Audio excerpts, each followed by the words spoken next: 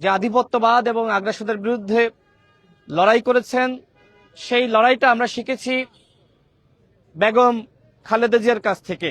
তিনি কখনোই আপোষ করেননি, যে কারণে পতিত স্বৈরাচার শেখ হাসিনা তার নামে মিথ্যা মামলা করিয়ে দীর্ঘ সময় তাকে কারাগারে রুদ্ধ করে রাখে।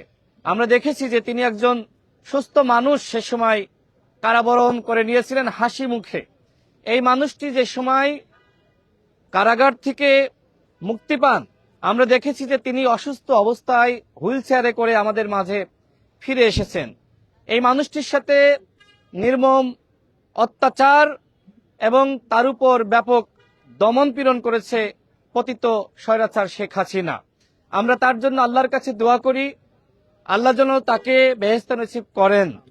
সারা বাংলাদেশের মানুষ আপনারা দেখেছেন, তিনি যখন অসুস্থ ছিলেন বাড়িতে বাড়িতে মসজিদে মসজিদে দোয়া হয়েছে, যে যেমন ভাবে পেরেছে দোয়া করেছে।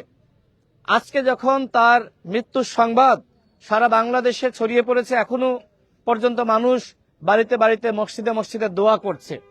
তিনি এখনো পর্যন্ত বাংলাদেশের সবথেকে জনপ্রিয় নেত্রী ছিলেন। তার জনপ্রিয়তা এবং গ্রহণযোগ্যতা ঈর্ষান্বিত হয়ে পতিত স্বৈরাচার শেখ হাসিনা তার নামে মিথ্যা মামলা করিয়ে তাকে দীর্ঘ সময় কারাগারে বন্দী করে রাখে।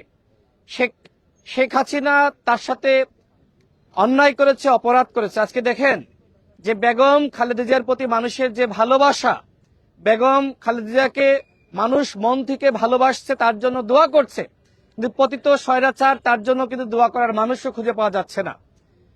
জনগণের জন্য, গণতন্ত্রের জন্য লড়াই করলে কিন্তু এইভাবে মানুষের ভালোবাসা পাওয়া যায়। তবে তিনি যদি জীবদ্দশায় গণতান্ত্রিক রূপান্তরের যে প্রক্রিয়া শুরু হয়েছে, সুষ্ঠু নির্বাচন দেখে যেতে পারতেন, সেটি আমাদের জন্য আরো বেশি ভালো লাগতো। তবে আমি মনে করি এটি তার জন্য প্রাপ্তি যে তিনি জীবদ্দশায় শেখ হাসিনার নির্মম পতন প্রত্যক্ষ করেছেন, দেখে গিয়েছেন। আমার সৌভাগ্য হয়েছে তার সাথে একবার সাক্ষাৎ করেছিলাম গণ অভ্যুত্থানের পরে, এবং তিনি সেই সময় আমাদেরকে বলেছিলেন যে তোমরা তরুণ, তোমরা দেশকে ভালোবাসো, তোমরা কখনোই অন্যায় পথে ধাবিত হয় না। এদেশের গণতান্ত্রিক আন্দোলনে তরুণদের সবসময় ভূমিকা আছে। তোমরা তারুণ্যকে ধারণ করে জনগণের মুক্তির জন্য যে লড়াই করেছ, এই লড়াই তোমাদের চালিয়ে যেতে হবে।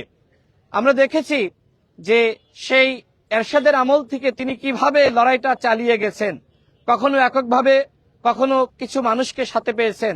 আজকে যে বিএনপিকে আপনারা দেখছেন, এই বিএনপির অন্যতম কর্ণধার হিসেবে শহীদ প্রেসিডেন্ট জিয়াউর রহমানের পরে তিনি হাল ধরেছিলেন। একজন গৃহিণী থেকে কিভাবে তিনি আন্তর্জাতিক নেতায় পরিণত হয়েছেন সেটা আমরা দেখছি। আজকে দেখলাম যে আন্তর্জাতিক গণমাধ্যমে তাকে নিয়ে যেভাবে কাব্যিক সংবাদ প্রকাশিত হচ্ছে, এটি বাংলাদেশের জনগণের জন্য অত্যন্ত গর্বের।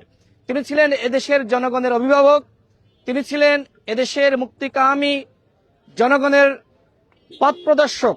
এই মানুষটিকে হারিয়ে আমরা অত্যন্ত শোকাহত। আজকে বিএনপির গুলশান অফিসে তার জন্য যে শোক বই ছিল সেখানে আমি স্বাক্ষর করেছি, এবং বিভিন্ন জায়গায় আপনারা দেখেছেন যে মাদ্রাসার শিক্ষার্থীরা তারা কিন্তু কোরআন খতম দেওয়া শুরু করেছে। তার জন্য ইমাম থেকে শুরু করে প্রত্যেকটা পর্যায়ের মানুষ দোয়া করছে, এমনকি যারা অন্য ধর্মের মানুষ তারাও কিন্তু দোয়া করছে। এরকম আসলে গ্রহণযোগ্যতা, জনপ্রিয়তা শুধুমাত্র বাংলাদেশেই নয়, বিশ্বে আমার কাছে মনে হয় বিরল। আজকে এই নেত্রীকে